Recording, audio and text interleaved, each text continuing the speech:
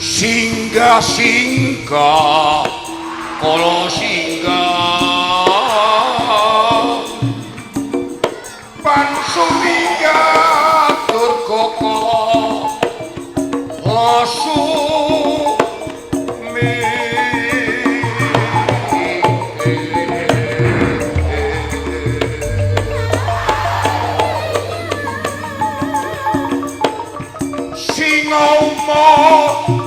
singa wulu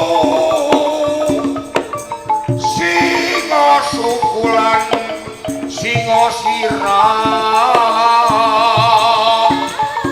singa tangga miwakala singa buntut sapa sira sumi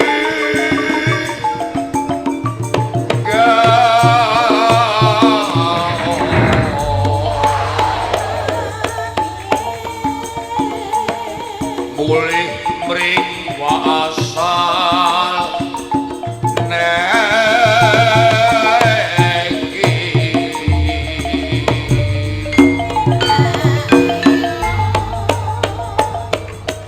nalikane ro ing dalu wong agung masa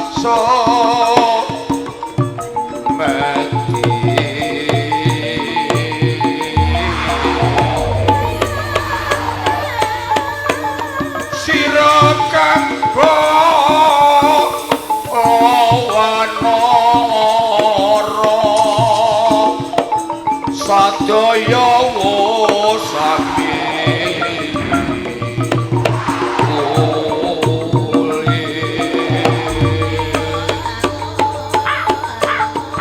najan nari sugar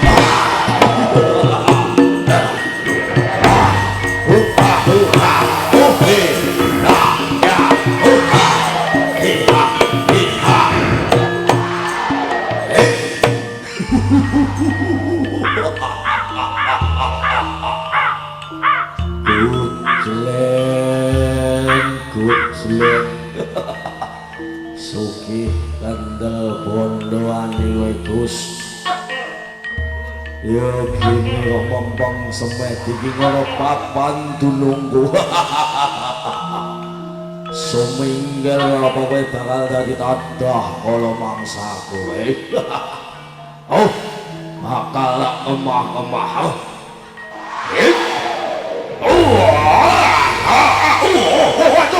waduh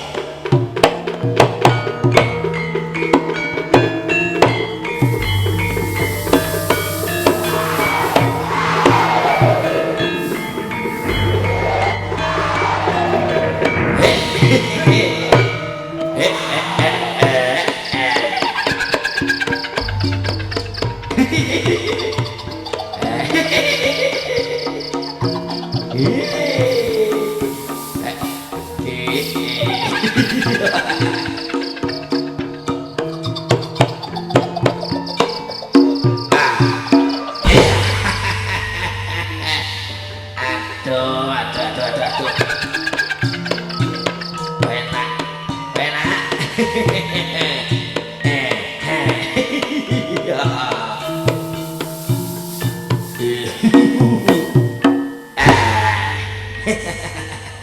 Tak ganggu. Gak sama yang tak ganggu Loh, waduh, awakmu rasa waduh.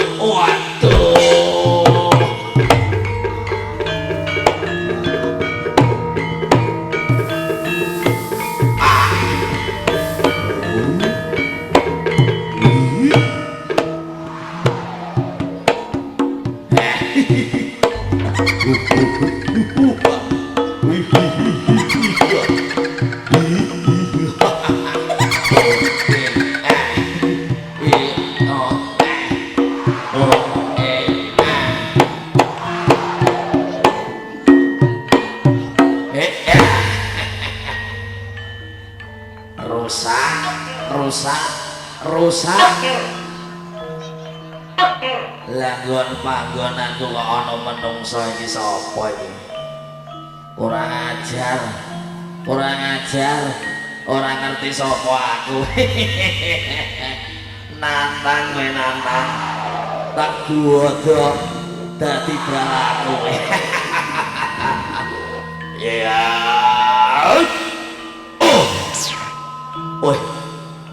ampuh ora ada bisa kas siji loro waduh kalah waduh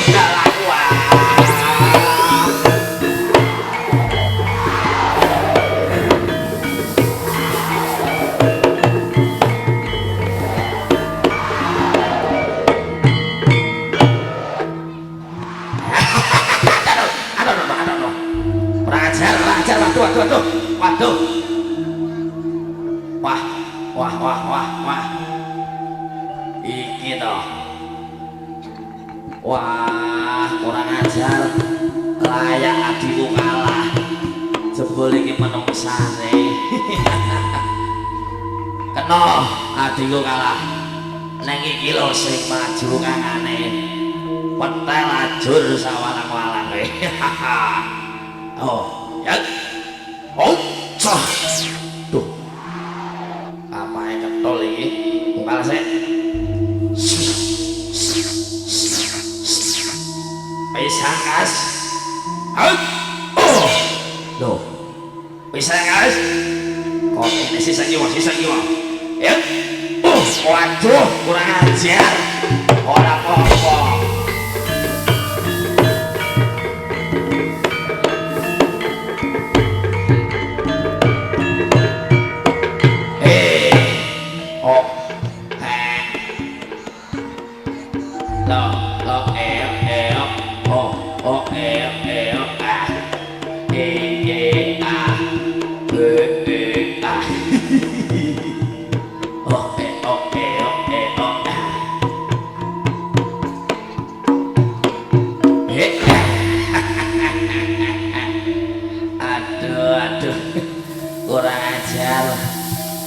kurang ajar sapa iki kan sing ning ngene iki ayo ganggu wong turu ae disingkir nae kurang ajar awane kok malah saya ngene iki piye waduh sumingkir ae sumingkir kalah aduh kalah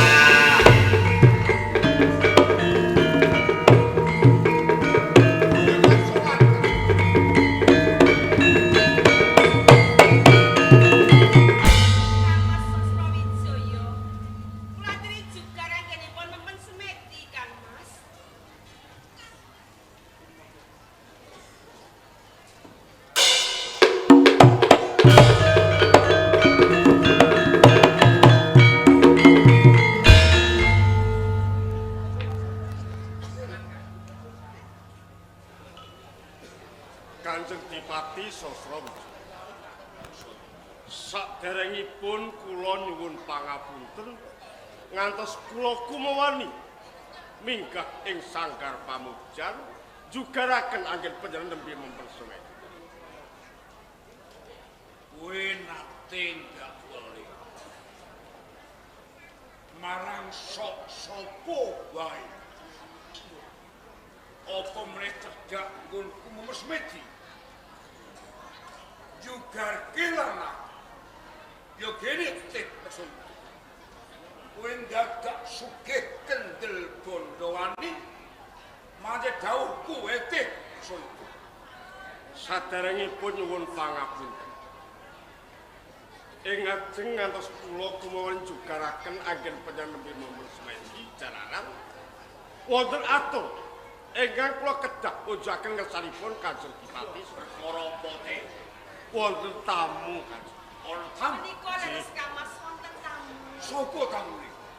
Kanjeng Pangeran Purbawinata saking Tunjung Pura. Nak ngerti. Purba diatur rawuh nang kene wae. Wis tak dawuh.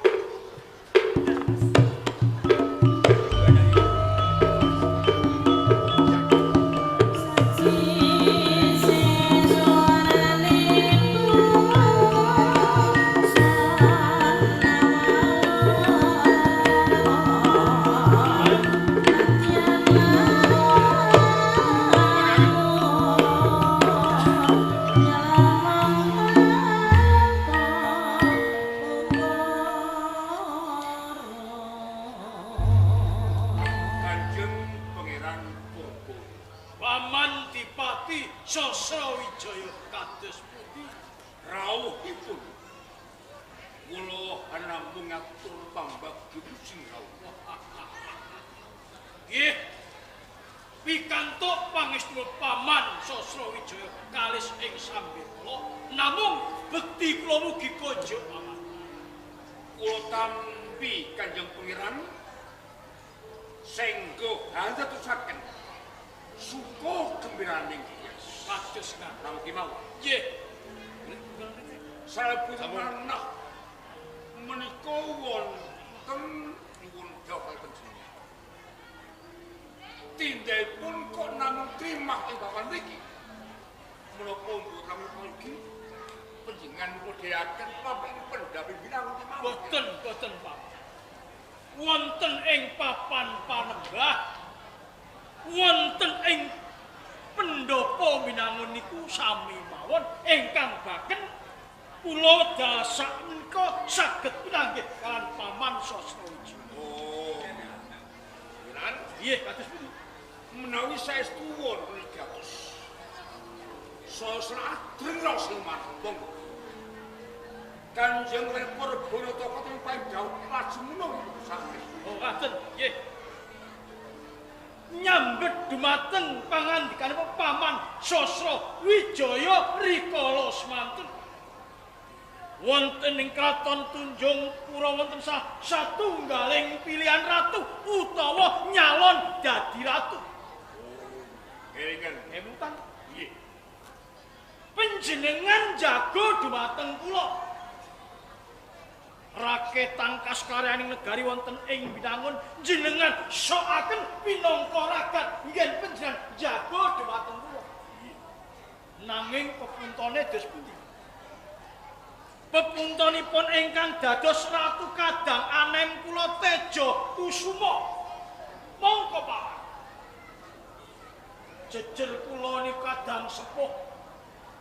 Nek Teja Kusuma dadi ratu, napa kula nggih mari ceciklu mari kula wonten ngesaning kadang kula Teja Kusuma nggih.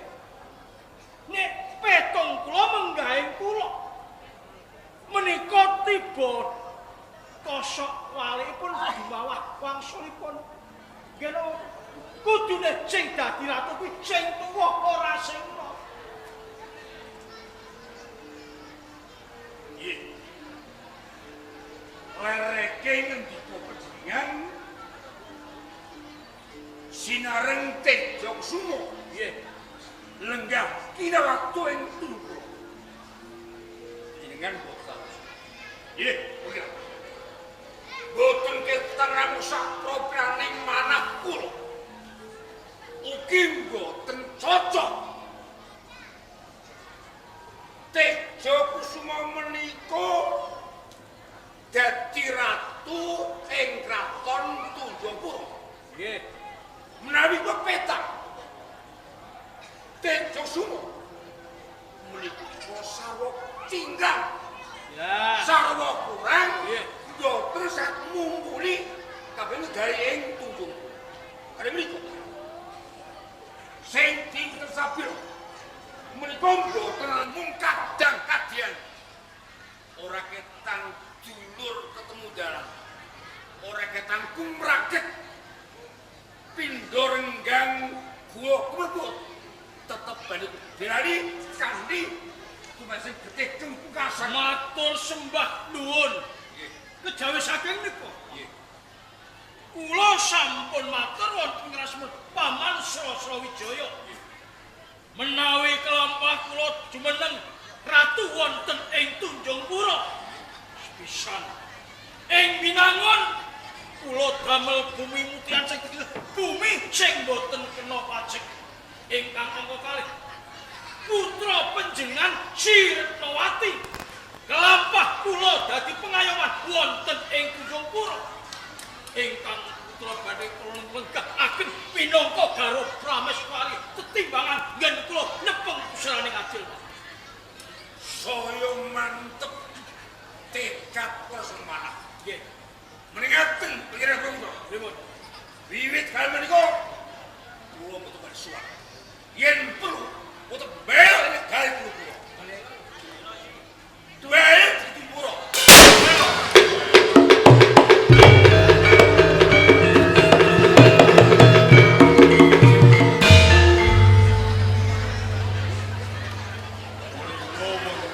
Tenang kala kagem panjenengan dalem Kang Mas. Boten nggih, Cek.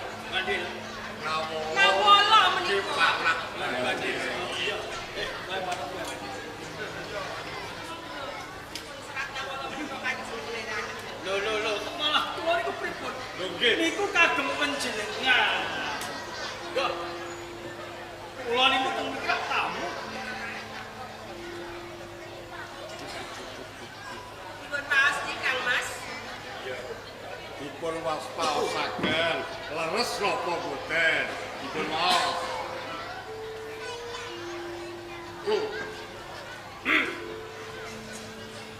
Wiyo sing po nang indoko katur marang sira Dipati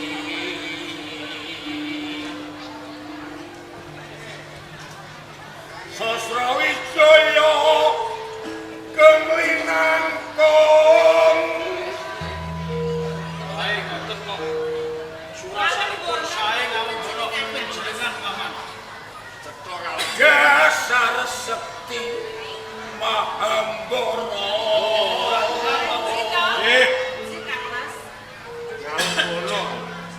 Sinuyudan dikawan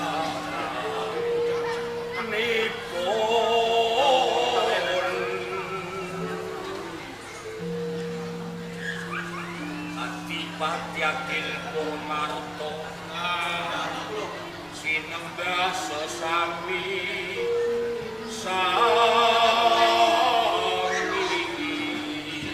Niki pun cetha. Ngalembono Sinembah kala Binangun. jenengan Paman. Wonten. tasih tasih Bacokaken to Kang Mas. Monggo dipun lajengaken. Mas menika. Ratu Tejo Kusuma Tunjungpura ngalem-alem. Nggih. Dipun alembono kalih ratu kalih pengayoman.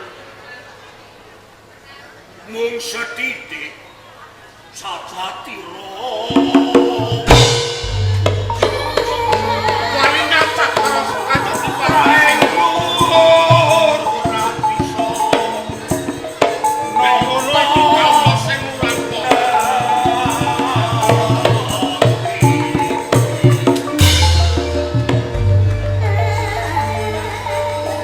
sapa sira sapa ingsun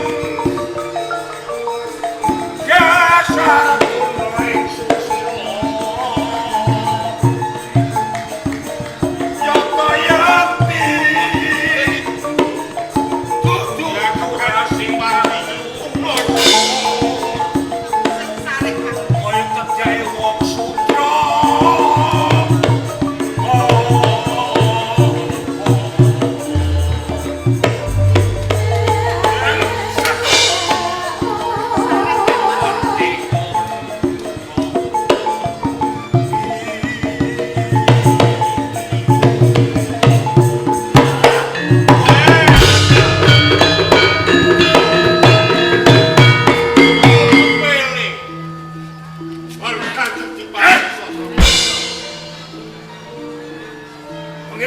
Wiroto. Sabda katimbalan. Sami dimaksud. Nggih. Ing Kabupaten Binangun. Ojo krek lawan Kula Kidul. Tolong bolok gelar kali. Saya tunjung buruk di bangsa utang. Sedika dawuh Kanjeng.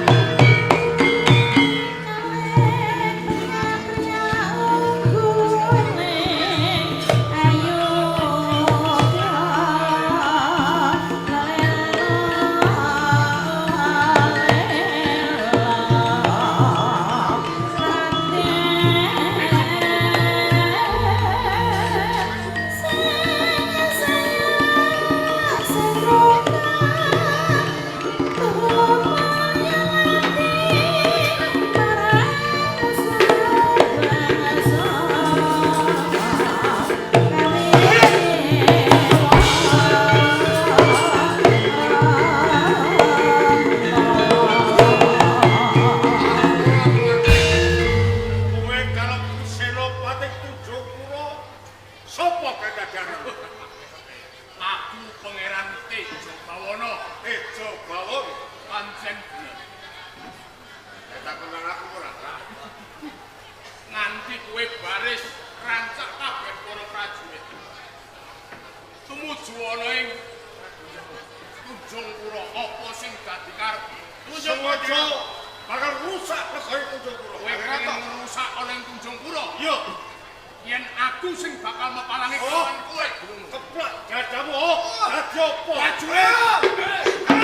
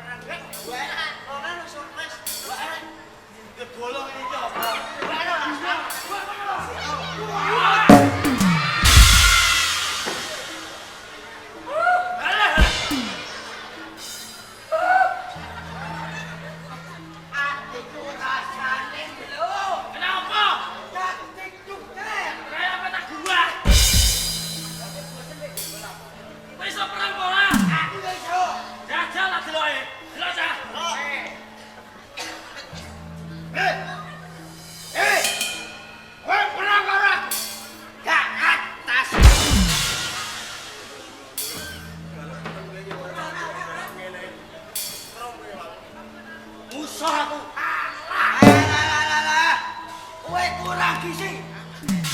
Ah, iki andalan kita.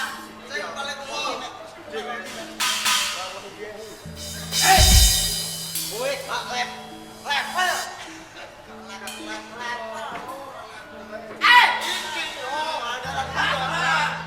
Rudi, Karo anu. Lek gak ngatasi. Rudi, Karo kancam. Rudi, Iku lho. rambut jago. Yo. Balik ora? Bilangnya.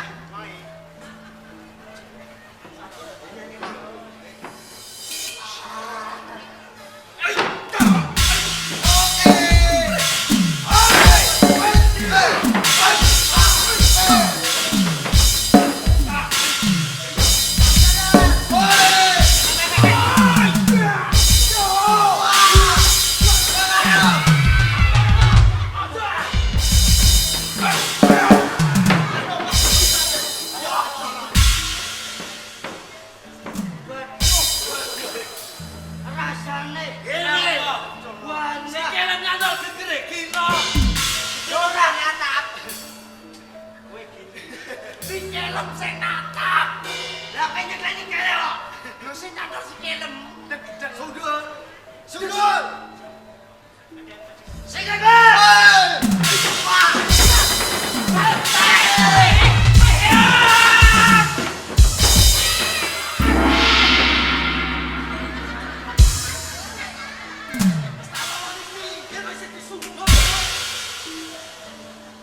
Kenapa? Kene. Apa ucul iki? Genti seso. Genti gas. Gas truk.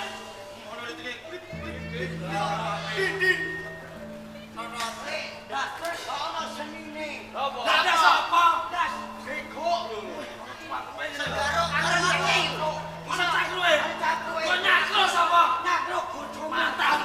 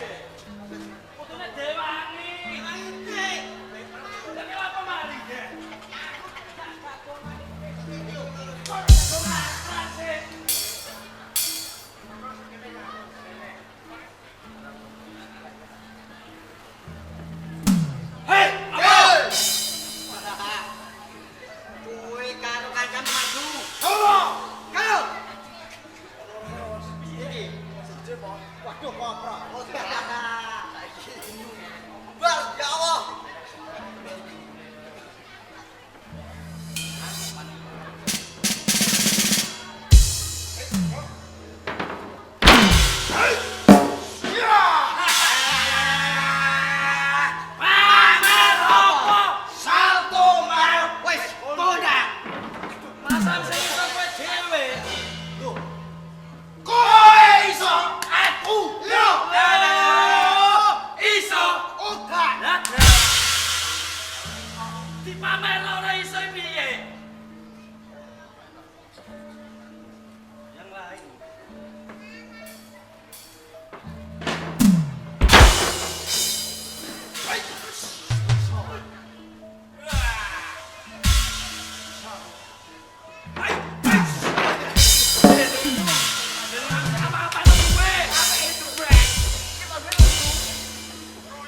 Dan orang pleset-pleset.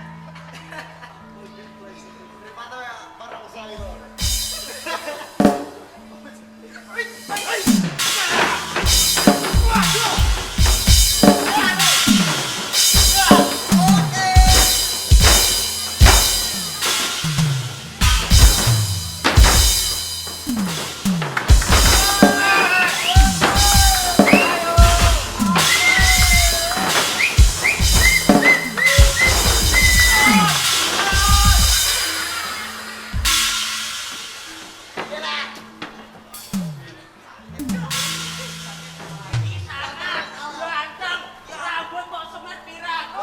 Mosok dihapus itu nek gelem. Ora dihapus. Lah mau iku, aku ape munggo. Yes, sejak saya. Mulai perang itu fokus. Matanya. Fokus ke depan. Matanya. Yes. Mata kowe ning ngarep. Dihapus yo. Pinter ke depan lo. Pinter kok. Ke depan. Ke depan bercanda.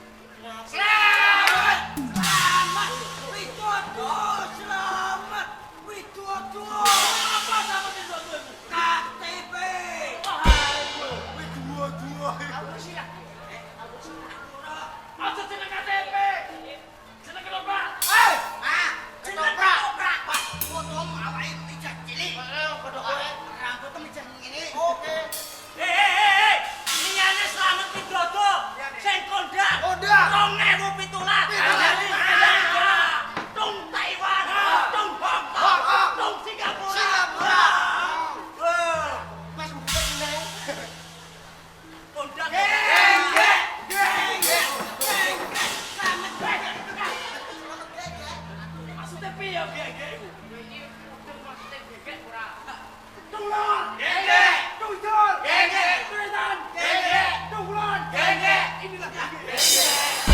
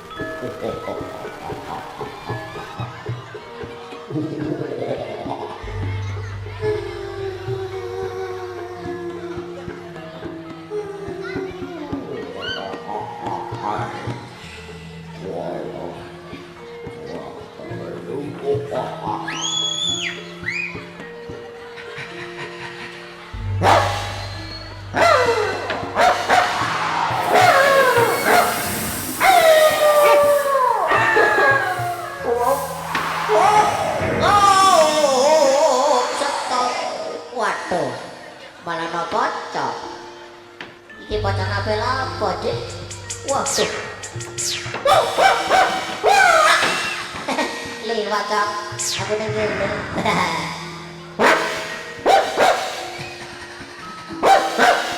Aduh. Cok. Oh. Cok, aduh, botolku sudah bocor. Iki apa, Cok?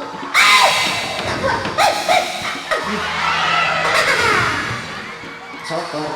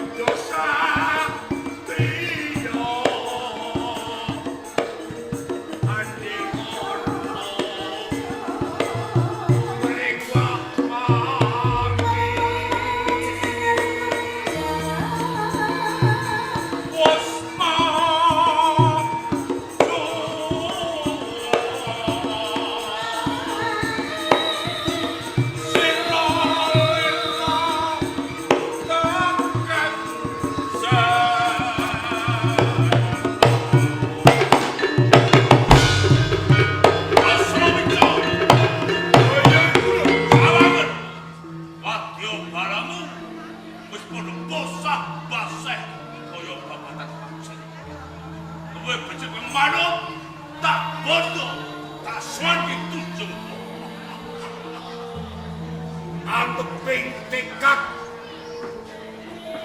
Sanjoto Kamboja orang ketang pati pating yang longgok getis lo melbari yang bilang maju satjana keteng sirah.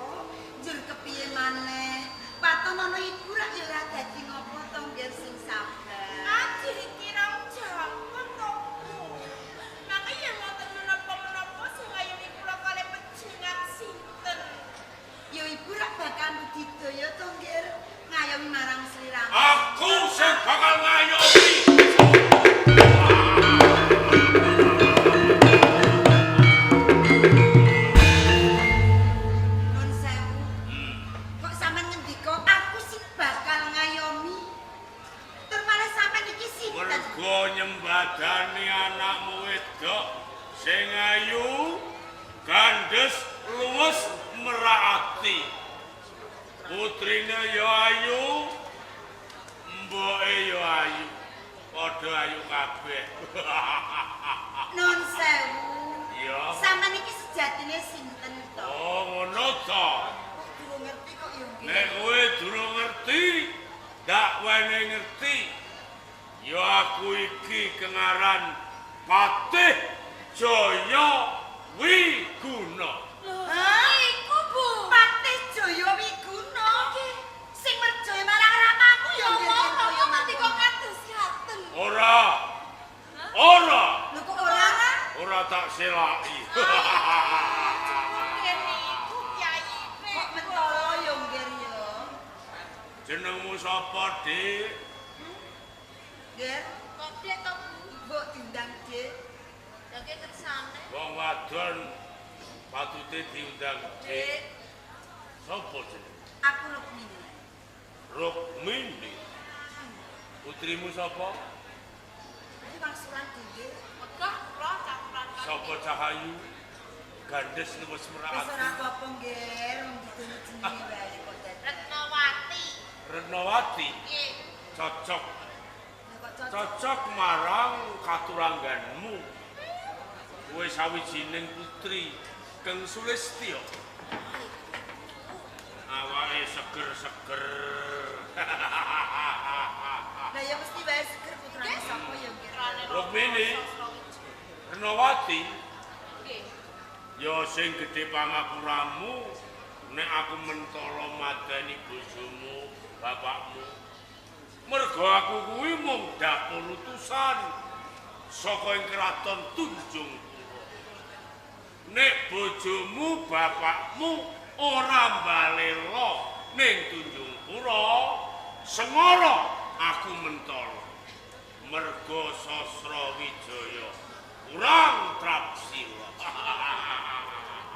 Yen to garake kurang trapsila, ra kudune diemutke. Wis. Aja nganti kedadian paten pinate. Wis.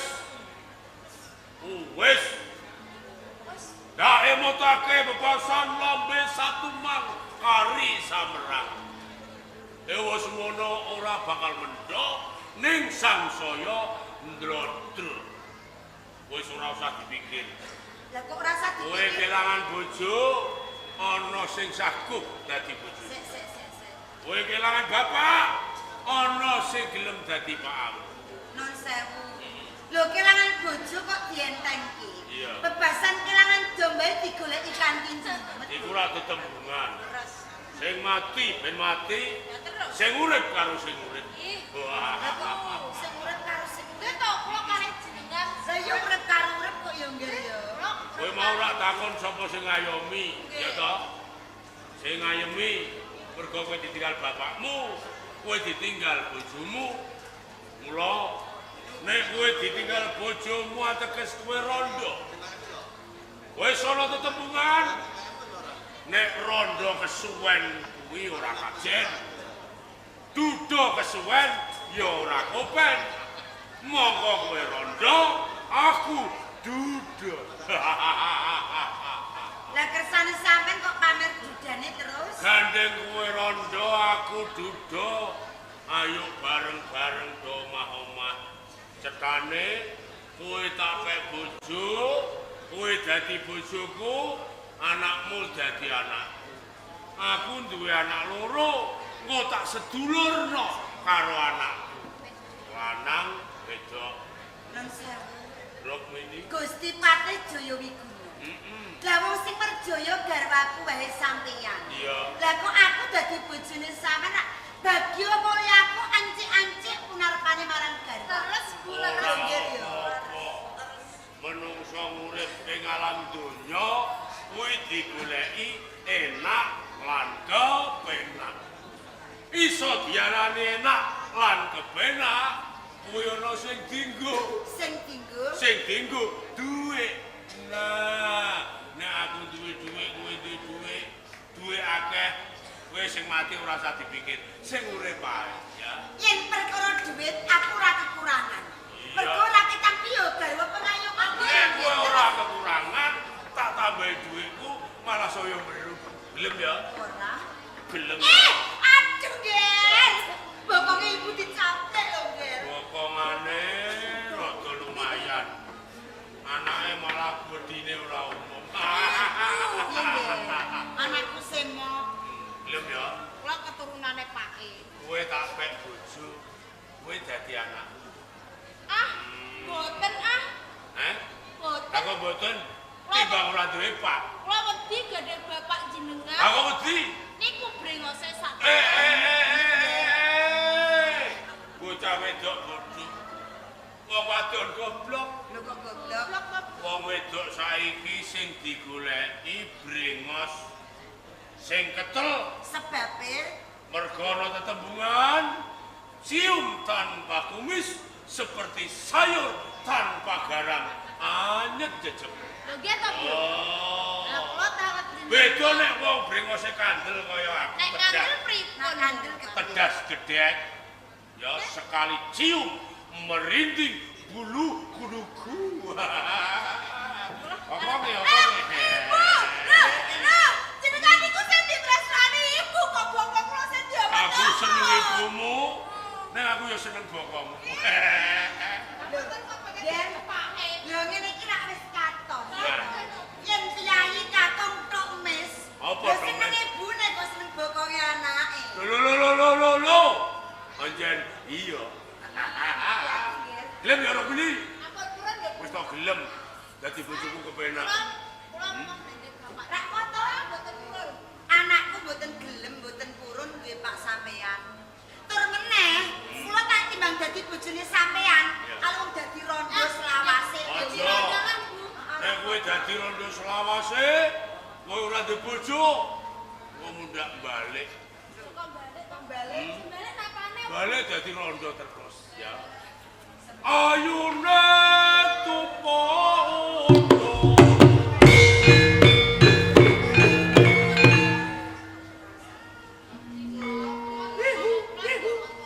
Berarti bang ibu? Ibu nggih. Dasar ayu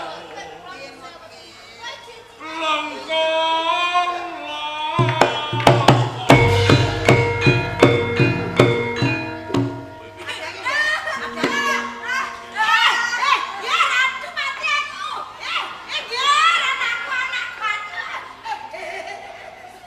enake sakmure cah ora usah bayar sengak sengok.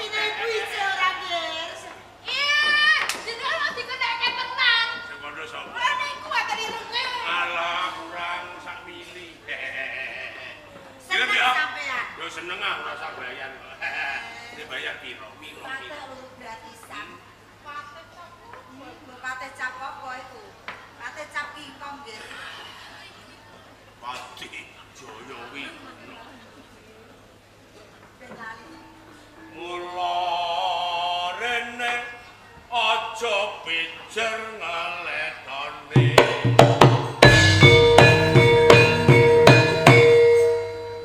Nyuwun sewu Dora Pate. Rene aja. Lan iki anake. Hati-hati nek diserut nggih. Beda Nek anak. sios, lan iki dadi anak jenengan. Wis ora apa-apa tak rangkul tok. Ben semangat. Aku nang Dora Pate. Ngapunten nggih. Gumu ya, Nggih, Ibu Ngomong, Ibu. mawon. Nggih. ngomong buke. Bu. Iya, Ger. Oh, Dora. ibumu nyuwun kalung, aja kuwatir tak dibaske kalung. Ya. Nggih. Rene orup mini kowe tak sayangi. Ampun purun. Ora sudi, ora siut. Dene malah pamer bokong ae. Kowe tak rangkuli.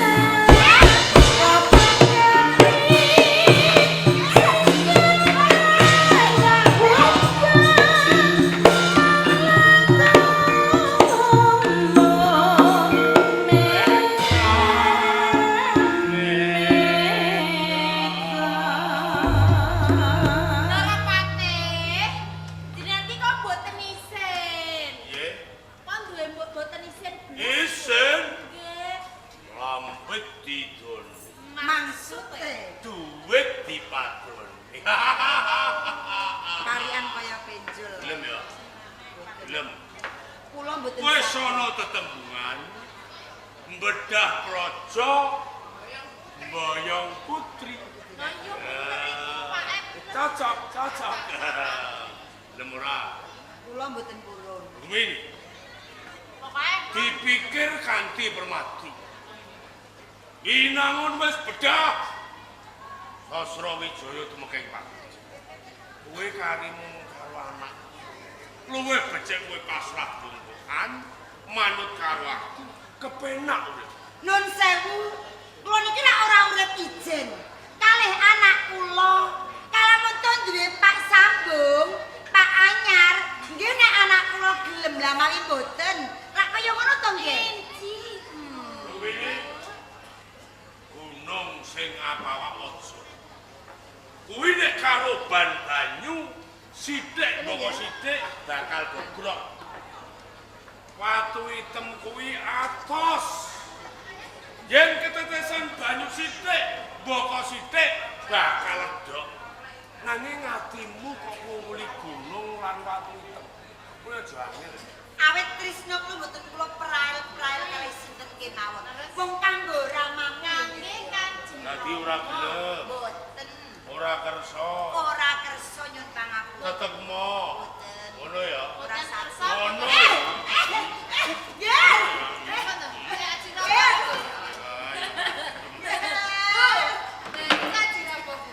Gusti Patih, nggih. Piye nggih ribu nggih?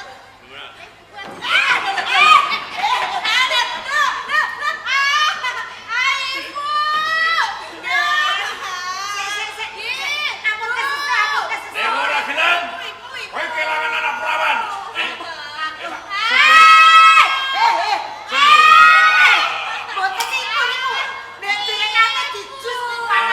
Mula kowe gelem apa ora? Ora gelem apa pateni. Aku mau kepengin maksulah suku madok. Gusti Patih. Ari gelem apa ora? Ora gelem. Nggih, Bun. Mawi ngaten kepeksa kula gelem. Wah, aku sama. Oh nggih Kang Mas Patih. Kula sagu dadi garwane sampean. Tenan apa ora? Nggih. Disukseni wong akeh. Sekseni wong kathah kula sagu. Disukseni danyang kene. Sekseni janyang kene kula nggih sagu. Etok-etok Mbak Danyang. Kula sekseni temenan nggih. Rasul ora? Ampun Gusti Patih. Saestu kula tresna karo sampean. Nggih man. Ran. Nggih, lah wong baguse kaya ngene kok ya nggih ya. Dadi bojoku ki paling kepenak. Kepenakipun pripun? Aku Patih ing Tunjung Pura. Nek kowe dadi karo aku, Nggih. kowe dadi bupati. Lho, nggih piye nggih? Cocok iki? Ibu dipundhut Patih. Engko ibu dadi bupati. Nek kene mung dadi bupati, bojo bupati. Kuwi andan Tunjung Pura. Beda nek ana ing Patih Kraton Tunjung Pura. Luwih dhuwur ya, Nggih. Luwih kajen.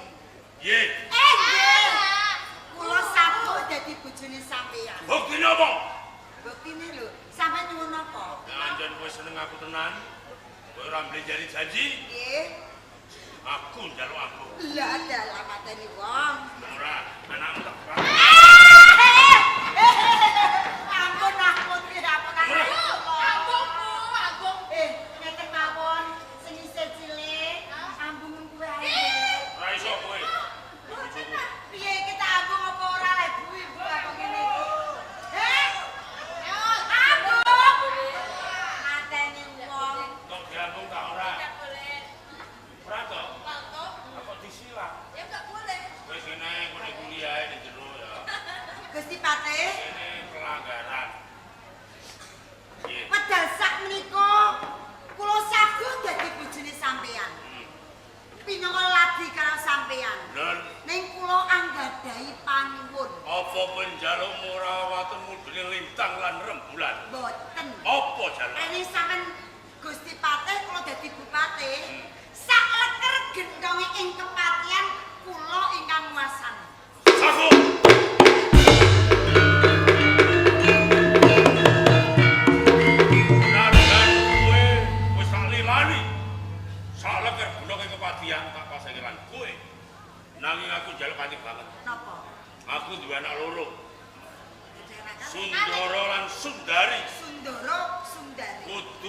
sedulurna karo Nawati.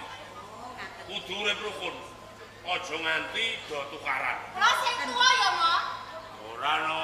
Lah terus? Kowe sing nom. Ah, mboten kula sing tuwa. Kae anakku jan. Nggih, tak kandhani. Mas sing tuwa gelis mati. Piye? Kula Kene ndang mati. Ah, mboten ah sing cilik wae. Ono wis.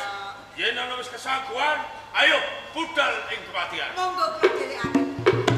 Lendenganku.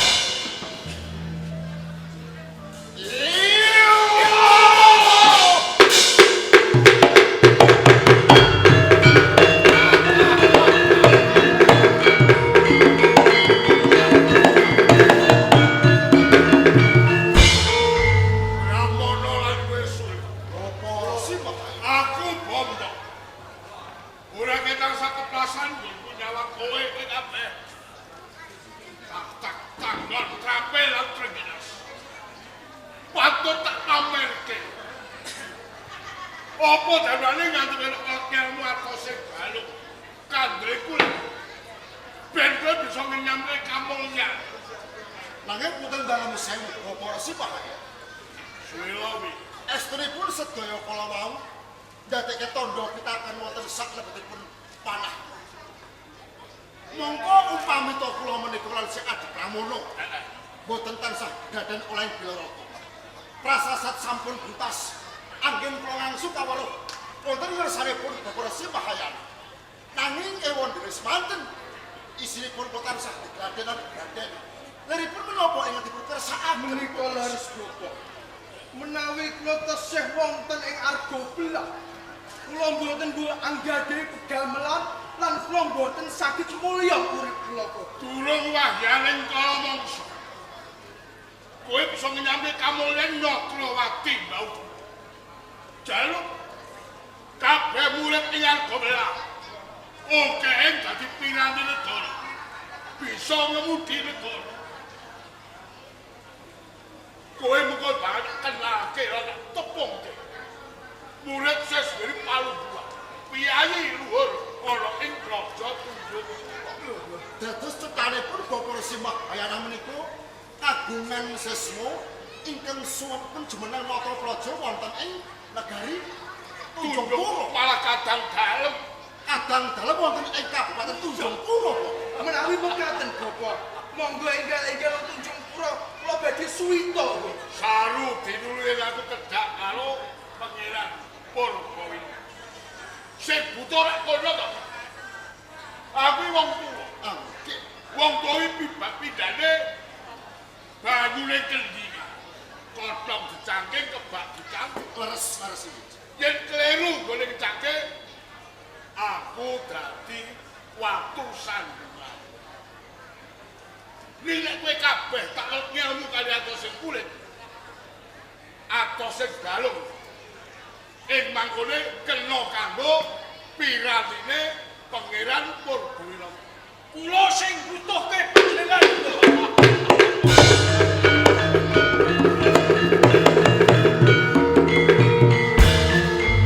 Kula sampun mireng yen panjenengan pangangkan kalian murid-murid panjenengan. Jane niku sinten?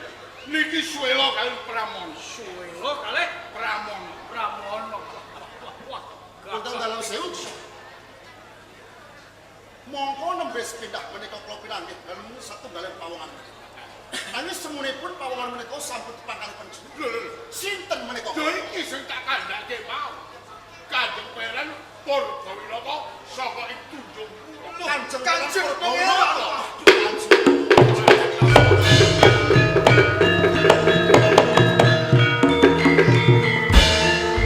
Dasar bagus cakrak tur wibowo. Apa iya, Dik? Iku leres. Apa ora salah? Mboten. Saestu. Sampun geblek basan Nggih. garesipun mitra linggis. Menika Garese linggis. Garise linggis. Jajane temboko. Jajane mboko. Trijine kados kutek. Wah, dirijine gunting. kula percaya kalian panjenengan. Yen panjenengan betaken menapa kemawon. Tabuk tangan boten tuandang anak kok kalih. Nggih, Sumela lan Srama. Kula pitados kalian panjenengan. Saben-saben panjenengan anggadhahi murid, murid tatak tanggon, jaduk sama laduk, dogdeng sama laduk. wadah mangewu cacahe. Akhir ngangsu kawruh teng mriki mesti dadi tiyang tonan. Bobot pilih tanding Nggih. anak muridku. Nggih, tuladhane kula. Langke. Lah nek kok ngeten ya. Kula niku ngelmu putih nggih gelem, Nggih. ngelmu ireng nggih gelem. Oh, nggih. Nek kula dhewe tak tenung, tak santet. Niku lah jenengan paring sesurah kalih kula. Nggih. Nek kepepet nembe nggunakake tenan. Gunake halus. Wong murid niku ora sadek jujur. Leres. Jujur iki ora mujur. Jujur tetep ajur. Nggih. Ngumpul. Nek kula ngoten, butuh napa kudu gunake dora cara lan Pawlah leres. akal digunak. Nggih, niki nuwun sewu. Ngantos kula minggah wonten ing harga belah. Yektosipun kula badhe nyambati dhumateng panjenengan. Waton ora ngedolke lintang rembulan dan kula mboten ngapura. Boten. Kula nembe kemawon tatuning manah. Saged malih dadi penusakan. Boten. Jalaran kula ngigit-ngigit. Kula pengen jumeneng ratu wonten ing Tunjung Pura. Boten kirang-kirang yen kula mbudidaya. Nanging tundhanipun ingkang dados ratu wonten ing Tunjung Pura kadang kula teja kusuma. Mila saking menika Kados lare dalipun Kanjeng Tejo Kusuma. Nggih. Ingat kata, nggih. sampean anakku, Pripun? sampean basan anak kula. Nggih. Sampean njaluk napa tak turuti. Pun napa jalo sampean? Kula ora kabotan nuruti anak kula ingkang kinasih. Nanging kula kemutan kalian panjenengan. Pripun? Sawanci-wanci panjenengan Pangeran Podo Winata mboten jumeneng ratu. Supados gawe cara. Supados Tejo Kusuma iso mati. Kula dabeaken iso dalem nandur kembang cempaka mulane wonten saereng-erenge harga belah sing ora kena diderekke prajurit ya ora kena nggawa pusaka. Sampun kula cakaken, sampun kula aturaken. Niku rak nembe sana. Nggih. Nek apa ditindaki sama rasa jumangkat, Oh. Tejo Kusuma debabak dadi sulame bumi. Ngaten. Dadi sulame lemah. Nggih. Lah gunane napa? Nah, leres. Lho anu Pramono Swela menika. Kula pitados lan kula mboten saged kendel kemawon. Menawi kula kelampah Tejo Kusuma mati, kula sing dadi ratu. Nek sampeyan Anak dadi ratu, panjenengan. kula titip anak kula loro. Lho nggih. Derek mukti wonten ing Tunjung Pura. Krungu kowe. Matur nuwun sanget. Kowe ngadepi Ratu Anom Tejo Kusuma wani ora? Mesti wani. Nek kowe ora wani, aku sing saka mburimu. Ngeten. tak blusukane linggis. Sopo sarep wani maman ngelmune Resi Mahayana. Boten kuwawa. Pun to. Tak atur tindak kono iku kula. Sak bidal panjenengan dipun derekaken anak-anak kula kekal. Nggih. Perkawis dene matine Ki Joshua mengke kula ngelmune. Oh, ngaten kula tak nyuwun pamit ki. Sawanci-wanci tak ambali maneh. Sawanci-wanci tejo kusuma munggah ing adonan paten. Sewentek-wentek jawab kula kaca ampun suwarto. Nyuwun pamit. Namun dari aku iki. Halo pamit. Asang grogolan cendro. Joshua munggah watune cukup. Lukup panggon mesti mati.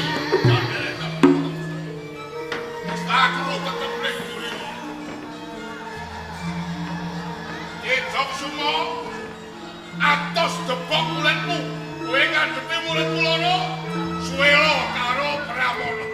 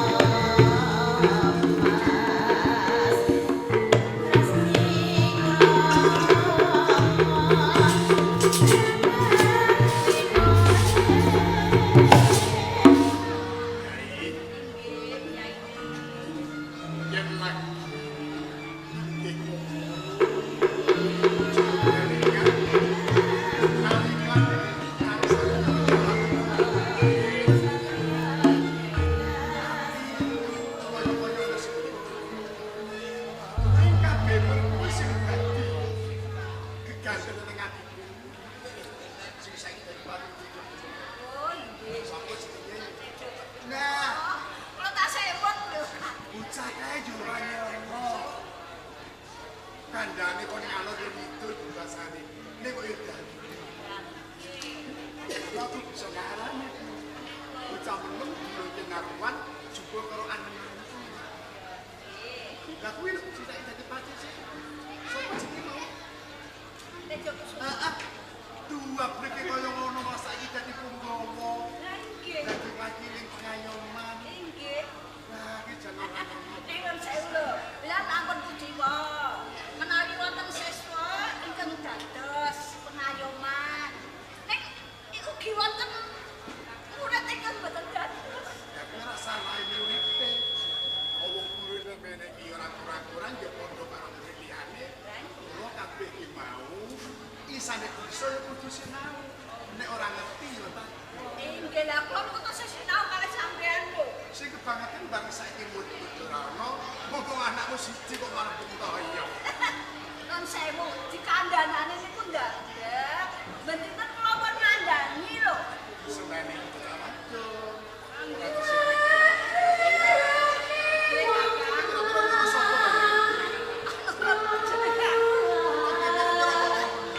you.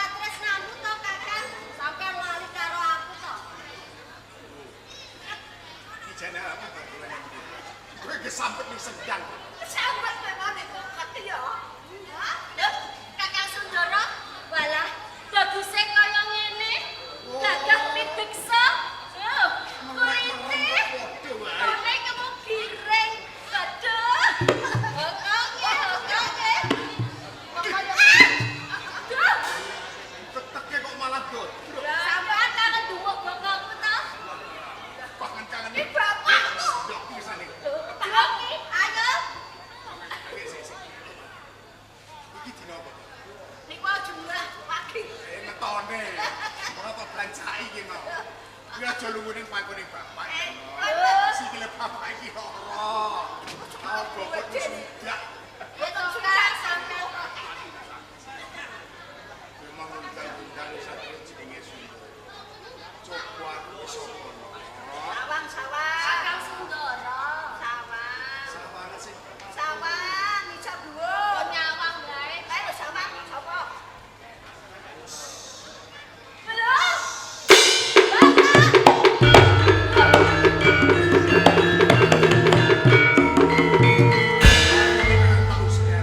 Pak, iki mau sampean to?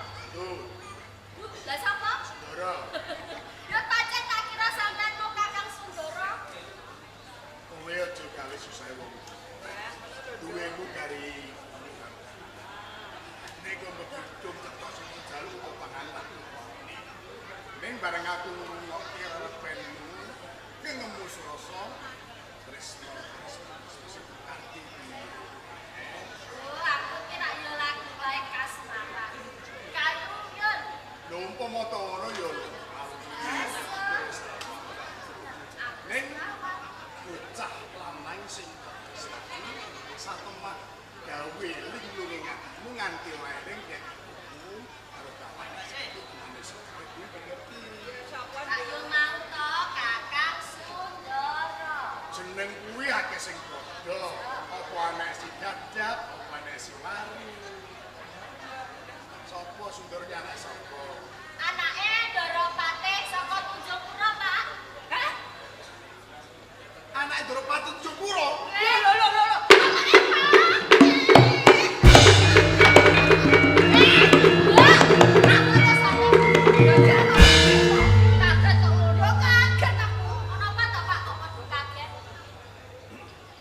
lho nek lumrahe wong tuwa krungu anak iki gegayuhan koyo ngono terus ning gegayuhan kuwi kriwat upomo ana tetembungan iku jebol gawe lintang ora gitu gawe itu nek ceblokan tepalaga dimolo lho kowe kuwi sapa ya yo diajak kuwi apa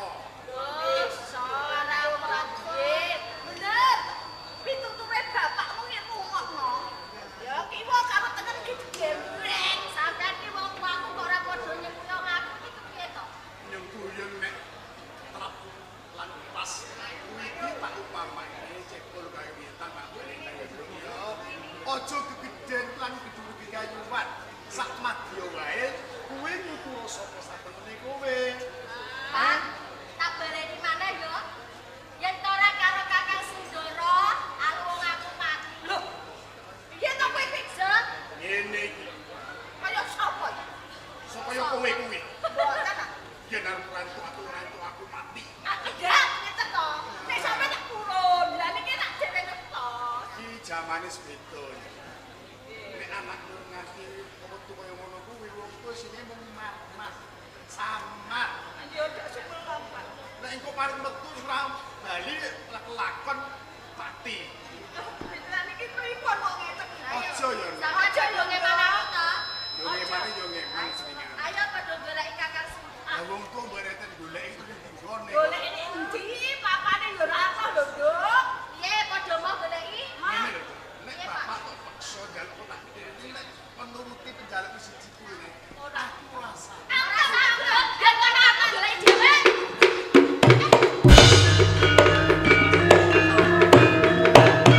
Siapa sampean lho? Iku tuh sik lama. Mungkin nek wonten nama-namane pripun? anak bisa jadi bojo ya saiki anak iki kaya anak yo saiki dikut kelakone lagi tekan ngendi Ngoten lho. Pak Ning, Pak Ning.